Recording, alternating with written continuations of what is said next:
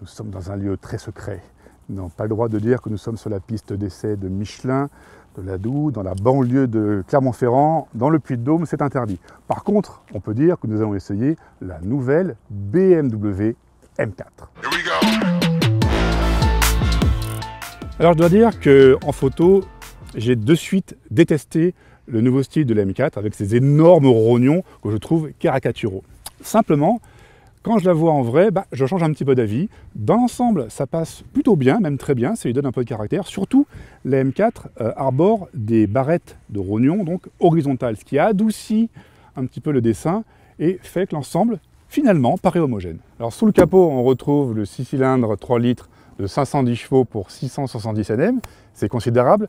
Pas oublier quand même que le poids dépasse les 1,7 tonnes. Là, c'est quand même considérable aussi. Non, la vraie nouveauté de cette M4, ce sont les 4 roues motrices. En fait, elle récupère le système donc, intégral de la M5, où on peut paramétrer, donc 4 roues motrices, coupe surtout sur l'arrière, ou que l'arrière. Simplement, ce système ne sera produit qu'à partir du mois de juillet. Là, nous avons une version 100% propulsion.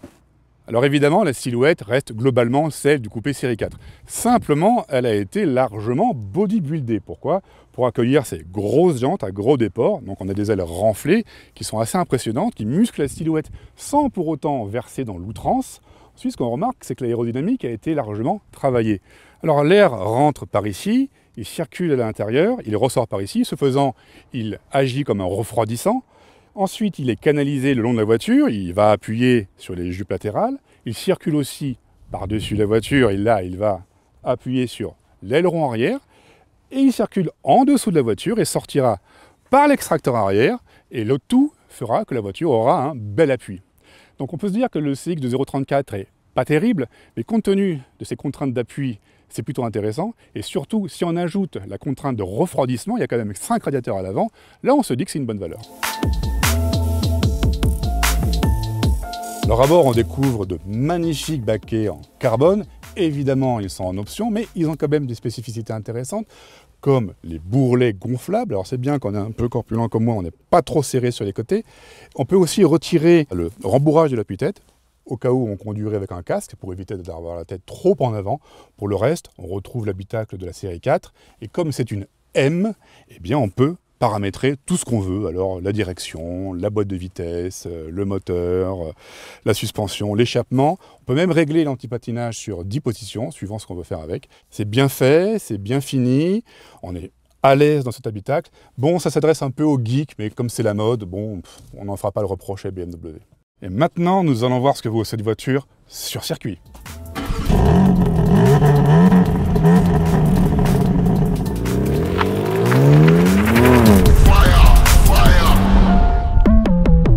Alors on y va, donc là on est sur circuit, en mode M2 avec beaucoup d'aides désactivées.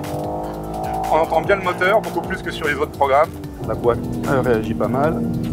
Il y a beaucoup de bruit de roulement parce qu'il y a des gommes sur les pneus. Ça survient gentiment, ça se rattrape. Quand on lève le pied, on appuie, ça resserre la trajectoire. Voir l'arrière part un peu comme là. Beaucoup de semblant de ligne droite qu'il y a là sur Ladoux. Hop, ça renvoie, ça enroule. Petite diode de tableau de bord qui m'indique que j'arrive en zone rouge. Ouais, là, ça manque un peu de rapidité la boîte.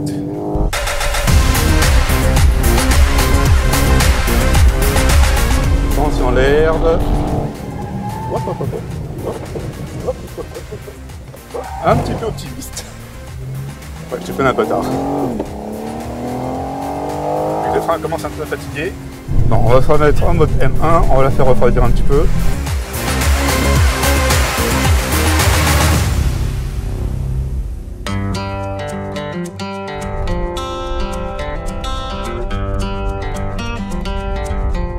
Sur route, la M4 compétition, car ce sera la seule version disponible, se comporte en fait comme une grosse GT. Elle est relativement confortable, même sur mauvaise route comme ici, on est bien porté. Elle est silencieuse, même si on entend quand même le moteur qui a un très joli timbre, ça il faut le souligner. C'est une sonorité de 6 cylindres vraiment sympa, vraiment rauque. On n'entend pas le turbo, Là, c'est vraiment une belle mécanique, un beau travail de sonorisation effectué par la BMW. Ça, de ce point de vue-là, les moteurs thermiques, hein, ça a un charme vraiment irremplaçable. Le châssis, très équilibré, on retrouve les qualités qu'on avait trouvées sur circuit, c'est-à-dire un frein avant incisif, une direction vraiment rapide, un châssis équilibré, il n'y a vraiment pas de piège, donc c'est une voiture qui sur route est très agréable à mener, même de manière tranquille, hein, comme ici. Ce que j'aime pas par contre, c'est la sélection des modes de conduite. Chez Ferrari par exemple, il y a un Manettino qui est très pratique pour changer de mode. Ici non, il faut appuyer sur un bouton qui est hors du champ de vision, attendre que ça soit sélectionné. Je préférerais qu'ils mettent une molette, ce serait quand même beaucoup plus simple. C'est vraiment un détail, hein, parce que pour le reste, c'est une voiture de très belle tenue. La mise au point a été vraiment soignée. Et en plus, quand on roule tranquille sur voie rapide, genre à 110, on consomme 7-8 litres, quoi. C'est assez incroyable vu la puissance qu'on a sous le capot. Bravo. C'est avec une certaine tristesse que je vais rendre cette M4 compétition à BMW. En effet, j'ai beaucoup apprécié cette voiture qui se montre efficace sur circuit, où j'aime bien son train avant très vif, sa direction rapide, son châssis équilibré et son moteur très puissant évidemment. Sur route, c'est une excellente GT. Elle est confortable, elle est relativement silencieuse, on entend bien la mélodie du 6 cylindres en ligne, ça c'est vraiment agréable. Elle a le bon goût de ne pas trop consommer. Bon, effectivement, j'ai pas trop aimé cette espèce de mode de conduite difficile à sélectionner.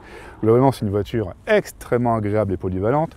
Elle est un peu chère évidemment, elle a un malus de 30 000 € évidemment, mais franchement, quel plaisir.